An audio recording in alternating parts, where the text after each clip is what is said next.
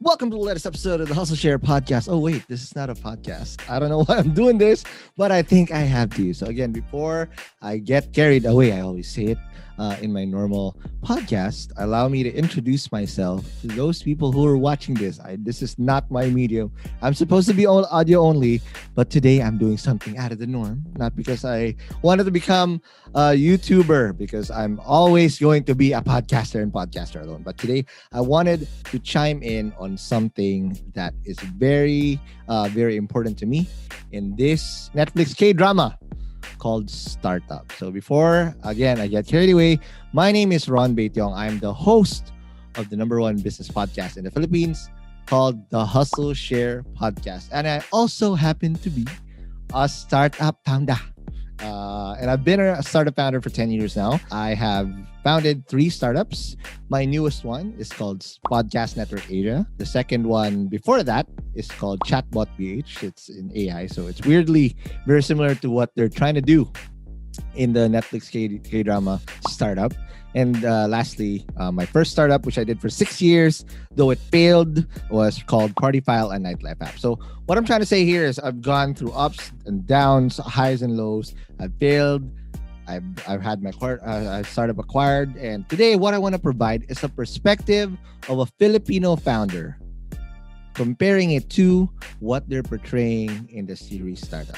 And I want to legitimize if it's fact or fiction on certain things that they're actually tackling there and portraying there. Of course, just to let you know, I am not going to react on the synopsis and the love story. Of course, there's a love story. I'm going to talk about the stuff that they portray in the Netflix show that talks about the life of a startup founder. And I guess through interviewing hundreds of startup founders already through my podcast, what I also want to provide is examples of startup founders who've already made it and also done similar paths based on what the story has begun. So again, I'm not going to react on the K-drama lovey-dovey part. That's not what we do here. And again, we want to be able to do is provide facts or fiction. But before I get started, I will give you a warning because this podcast, just like what I'm going to do, this video, I might get some flying F-bombs and S-words. So pardon me. There's going to be some not safe for work language that we're going to be doing then. Again, if you are also watching this without having watched the K-drama part or the K-drama yet called Netflix, Startup, not Netflix. K-drama called Netflix. What the fuck is that? If you haven't watched the show Startup, please stop now because I might leak out some shit that I shouldn't be talking about. So let's start with the first point that's really, really good. So the whole thing started with a big tech conference. Now, is that fact or fiction? Let's say it is a fact. Okay, why? Because this is something that's very, very normal in things. So at least here in the Philippines, there's really big events that showcase Filipino startups. Like again, typically before the pandemic, this happens in like the Philippine Startup Week, Tectonic, and whatnot. Though the ones that you see there is really fancy, and this is something that's legit. Now, the second point that I want to bring up is that every entrepreneur has a different start point. So it's very weird because the 4 main characters portrayed there come from very, very different backgrounds. First one is Han Ji-pyong. He is the good boy who turned out to be an early guy that started to know was an orphan, right? And started to learn how to do investment banking. And it's weird because I know a startup founder in the Philippines who had a very similar path. Since he was just in college, he was able to do investment banking. And again, true enough, just like Han Ji-pyong, he is also a multi-millionaire now. I don't know how much, but he has a lot of money. And he's now helping other startup founders. So this is something that's legit and fact. And his name is JC Bisnar of Instagrams. It's actually episode 91. So what I meant by different start points is that there's a lot of contrast. So after Han, he's an orphan. He's come from lows of lows. But again, doesn't really matter in entrepreneurship and being a startup founder. It doesn't matter where you start. It actually matters, again, how you proceed. The second guy or second person is Won In Jae. the second generation CEO of Sandbox. You know, this big thing, who apparently has a sister and whatnot. Again, just listen to the whole thing. Now, what one in J reminded me of is, again, people usually hate on people that are already rich, or they inherit a business, or they had capital and resources just because, they were from a well-off family. But in reality, again, it's what you do with the sword or the resources that you wield that matters. Because if you weren't even given the proper training to properly, utilize the resources that were given you, you won't be able to be successful in that one. And this reminds me of Doctora Vicky Bello, which this is the episode that I'm talking about in that one. Because regardless if she had, again, inherited some resources, she made good use and actually made it fly through what she was able to get. And hence, Bello Medical Group is now bigger than us. So again, this is the episode. Just check it out if you want to listen to that. Now, the other thing is Sio Dalmi. This is the girl, her sister, the sister of NJ, technically. So Dalmi, right, is coming from humble beginnings. And one thing I like about her that really translates well in Startup Land. And this is, again, a fact. So good job, Netflix, for portraying this.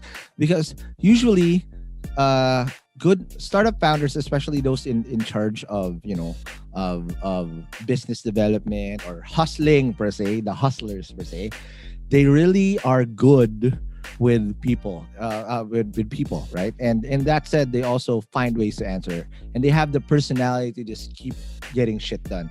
It reminded me so much of a local counterpart of a startup founder here, who doesn't really care how it's gonna get done, but she just gets it done. Her name is Ace Gapus of Blagapalooza. So again, very similar. And what's common about both of them is that they, again, get shit done. Doesn't really matter where they started, but they're go-getters. And again, they're both female. And so it doesn't really matter if, again, if you're a male or a girl, but again, from a male or a girl, it matters the most how you hustle. And true enough, when what's her name? Dalmi. Sorry, I'm bad with career names. Translated that into other stuff, solve the problem of the company she worked for. The hustle always pushes through. And lastly, Nam Dosa. Now, this is the dev, the geek, right? The former math champion that was there, and he is a typical developer. Now, what the thing is, most developers also, who are brilliant in what they do, don't get it right at the first try. But he's very, very promising, and it's a diamond in the rough. And I couldn't help but think, and he reminds me so much of Mr. Francis Plaza of Paymongo. Not because Francis Plaza doesn't look like that and whatnot, no, but because he's a dev by default, and he's had some very good accolades early in life, had some struggles a little bit, but when he figured it out, boom, holy shit, just look at how big Paymongo now being invested on by Stripe and everything. Again, if you want to listen to the whole episode, they're bigger now, and this is something that you can actually understand how he actually did it done. So there. Every entrepreneur has a different start point, but it doesn't matter where you start. It's how you end and how you pursue. So let's not hate and remove the stigma that entrepreneurs are rich, because that's rarely the point. And that brings me to my third point. Entrepreneurs or startup founders by default have a very deep hugot most of the time. They have a deep why. So what does that mean? That means that what they are doing for what they're trying to solve is bigger than money, bigger than themselves, right? So this is actually very good, very well portrayed by Dalmi's father. Most of the time, the reason why people also want to choose entrepreneurship is because they want to take control of their life, right? They want to be in control of their own destiny. And number one or number two, it's either because they have a good boss that inspired them to become an entrepreneur themselves, or the complete opposite, which is number two. My point is they had a terrible corporate experience, and they just really realized that I am not for this shit. I'm not for employment. The thing about Dalmi's father is that most entrepreneurs and most startup founders, just like here in the Philippines, who start from a very low point, have high stakes. And I could empathize with him a lot because, at from the get-go, you have to provide to your family and also pursue your dream. And most of the time, it's usually the responsibilities that win. It's always been said before that doubt kills more startups more than ever because people are afraid. People don't want to take the leap. And then they say it in entrepreneurship or in startup life, it's shoot, aim, ready, right? You're never ready. Or fire, aim, ready. You jump, figure the shit out as you go, and hopefully you survive as you land. So what this means again is just like Dalmi's father. She just wanted to provide for her family. I had a very, very similar experience. If you want to check it out, this is the history of my own personal story as a startup founder. My friend ambushed me to be interviewed by my own podcast, so that's really weird. Magellan, so shout out to you.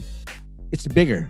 My personal goal before was I just wanted to buy my mom a house, and I almost cried when his Dalmi's dad told his mom that I'm gonna buy you a building because it reminded me so much. Oh, for so long that's all I wanted to do. And again, it's something bigger than ourselves. It's rarely for ourselves actually. Startup founders, we do it for our family to solve a problem, and sometimes it's as big as doing it for the country as well. Okay, now fourth point, fact or fiction. Every entrepreneur needs a mentor. Okay, so my fourth point, it's very well portrayed. This is a fact.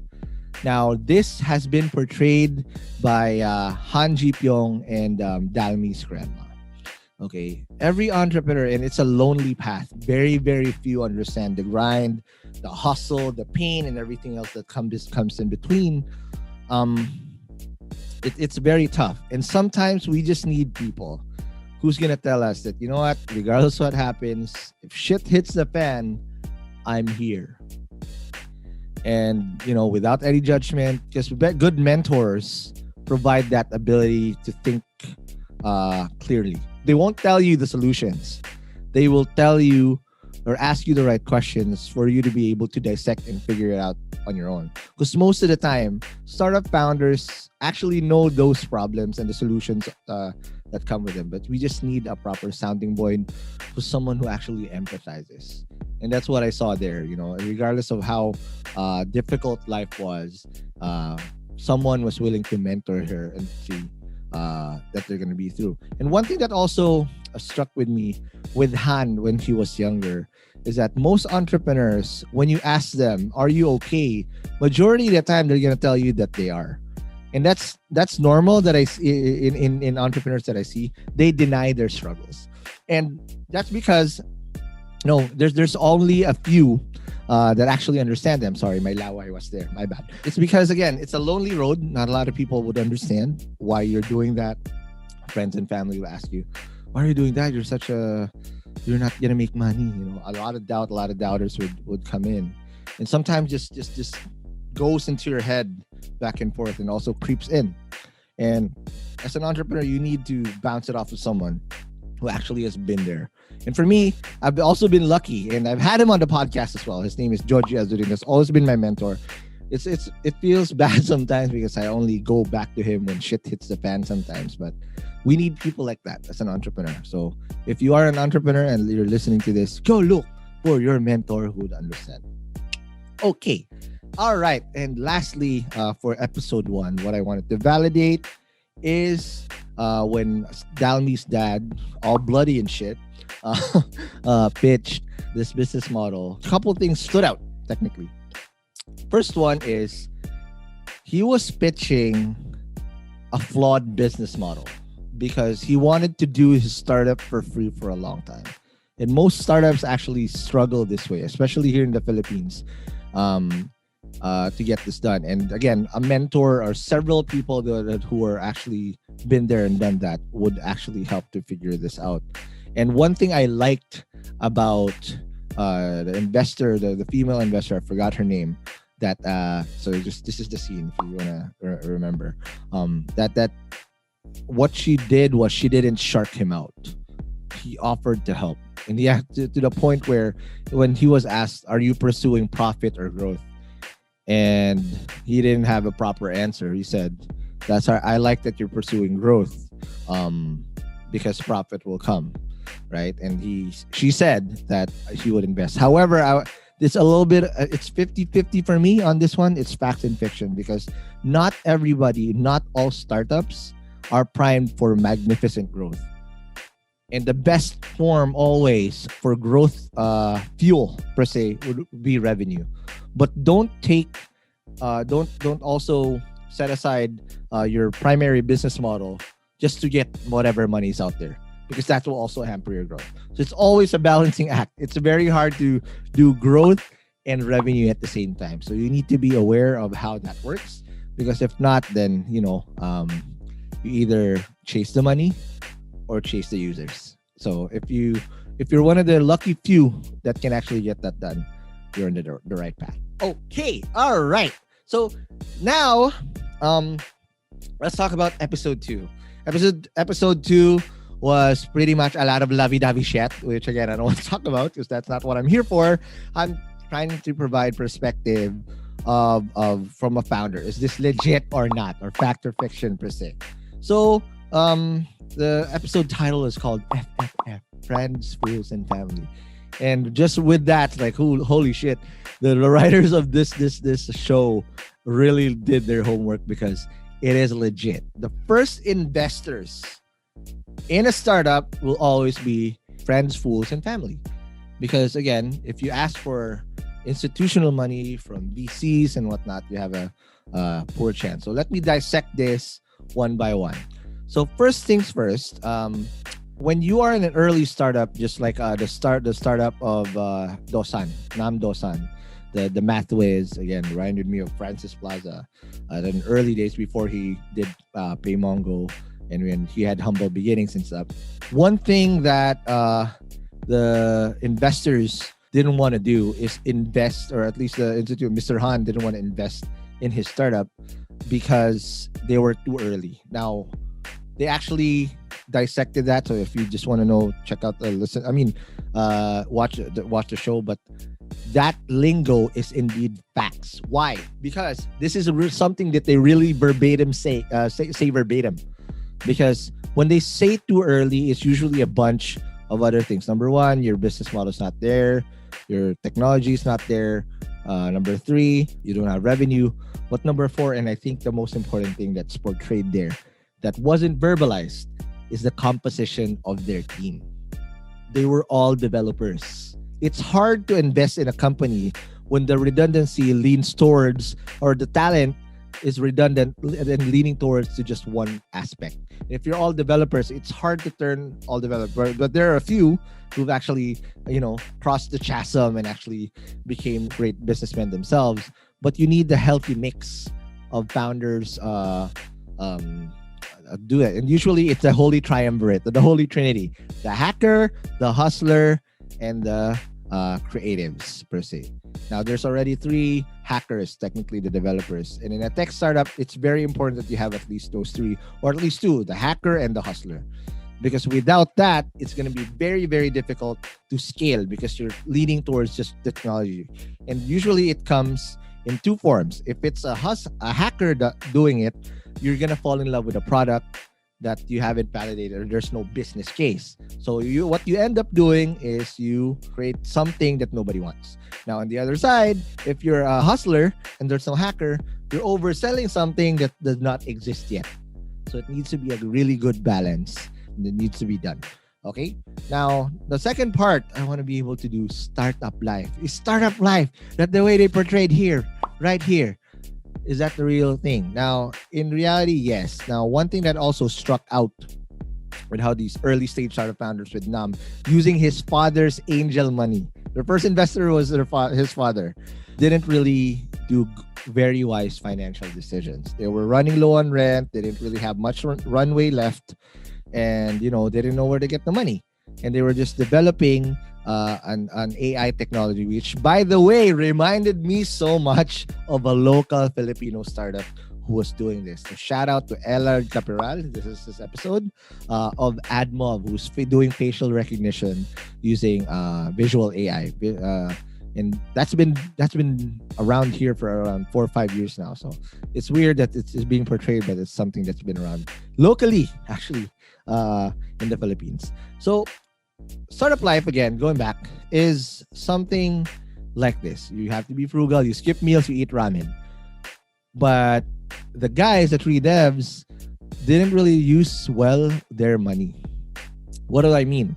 Yes, they were eating ramen, they're being frugal, but they had a lot of bad decisions like buying a PS4 or buying the espresso machine and whatnot. So early stage startup founders, I made this mistake myself as well. Didn't really know. Just because you have something, someone invested, that means you can splurge it already. You need to be extra frugal in getting that done, and I think that's what they're learning the hard way, right? The third part is from Dalmi's experience: employment versus entrepreneurship. Now, one thing that really struck out to me, and I could empathize in this predicament that Dalmi had, was that regardless of how good you were and how good your performance is in an employment setup, your potential for revenue is always capped because there's standards preset by other people of where you can go. And that's also the same reason why I decided to be an entrepreneur, because I knew I would hustle anyway, right? But as an entrepreneur, you need to be able to dictate the flow that, okay, if I do this, would I be able to do it and actually earn and realize my full potential without telling me that I'm only up till here. And that's what happened, because she did a great job in her job, and she said that just because she didn't finish college and whatnot, she couldn't be regularized. But in reality, she was just in the wrong opportunity. And I think in the next few episodes, I only watched 2 so far, we'll find out how she then utilizes, again, harness her own skills in the right opportunity. Now, last point, before things became lovey-dovey, right? Let's talk about investing too early. Again, investing too early is something that a lot of startup founders hear from VCs, because you don't approach venture capitalists. So again, if you want to learn how venture capitalist thinks, these are the episodes that are perfect for us. Such as Paulo Santos, Minette Navarrete, and also Michael Lintz of Golden Gate Ventures. These are 3 prominent VCs in the Southeast Asian region that also invest in Filipino companies that are perfect to actually, I'm fidgeting a lot, so if you're feeling an earthquake, my bad. They can explain why is such, right? Now, the thing is, investors rarely invest their own money if you're asking for institutional money, because investors usually have this thing called LPs, and these are limited partners. Technically, what that means are these are the people that put in money in this fund for the investor, like Mr. Han, to distribute. Now, it's very important that you get these investments right, because these are finite. And if you invest it in a company that's too high risk at the moment, you're probably going to lose credibility and your career is ruined, your fund, and a lot of money is going to be burned. So that's why at the early stages, FFF, friends, fools, and family, that's going to invest, or angel investors.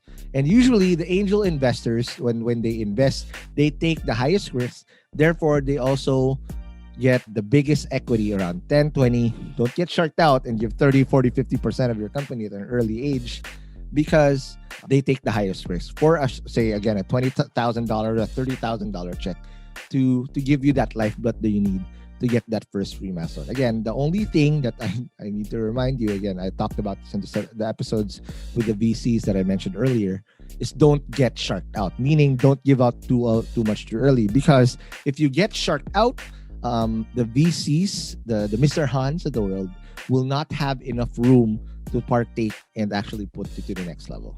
All right. And second thing that I also want to point out is don't ever do cold emails. In a room of VC world, whether it's angels, whatever, warm intros are always best. So you have to work through your networking skills. And I think that's why they were struggling. Nam's team was struggling.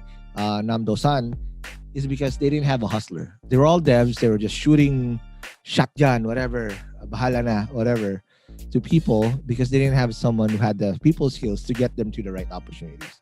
Because if given the proper presentation skills and the ability to actually showcase the thing with the right talent or of a hustler or a salesperson, I'm pretty sure they would have a better chance at getting funded or also getting customers as well. It's just the funding is not an end all be all. At the end of the day, you need to harness that ability to sell to convince paying customers to get you to where you need to be so that you're not dependent on funding to get to your next milestone. Okay? And again, in a VC's point of view, you also have to remember that numbers matter. So again, lastly, just to give a verdict on that, so far so good. That's a fact. So in that said, again, so episode 1 and episode 2, aside from the lovey-dovey shit that not all startup founders, by the way, go through, it's pretty accurate. So good job, Netflix startup, for this, and I'll get back to you guys, and I'm gonna have to binge watch also along with my mother. She actually is the one who actually got me into this, but I'll binge watch and I'll do my next reaction video on episode 3 and 4 very soon and see what's legit and what's fake in the startup land. Again, as a Filipino founder, legitimizing having experienced this whole life of startups and technology as well. So again, thank you very much, guys. If you do want to check out all the in-depth learnings, there's no video. This is a limited thing. I'm gonna stop after episode 16 or whatever that ending episode would be. I'd react to it, but again, if you do want to listen to my weekly show, which now goes in depth about what the hell I just talked about today, please go to hustleshare.com or check out Hustleshare on Spotify or Apple Podcasts as well. Again, thank you very much, and I'll see you guys in the next episode. Peace.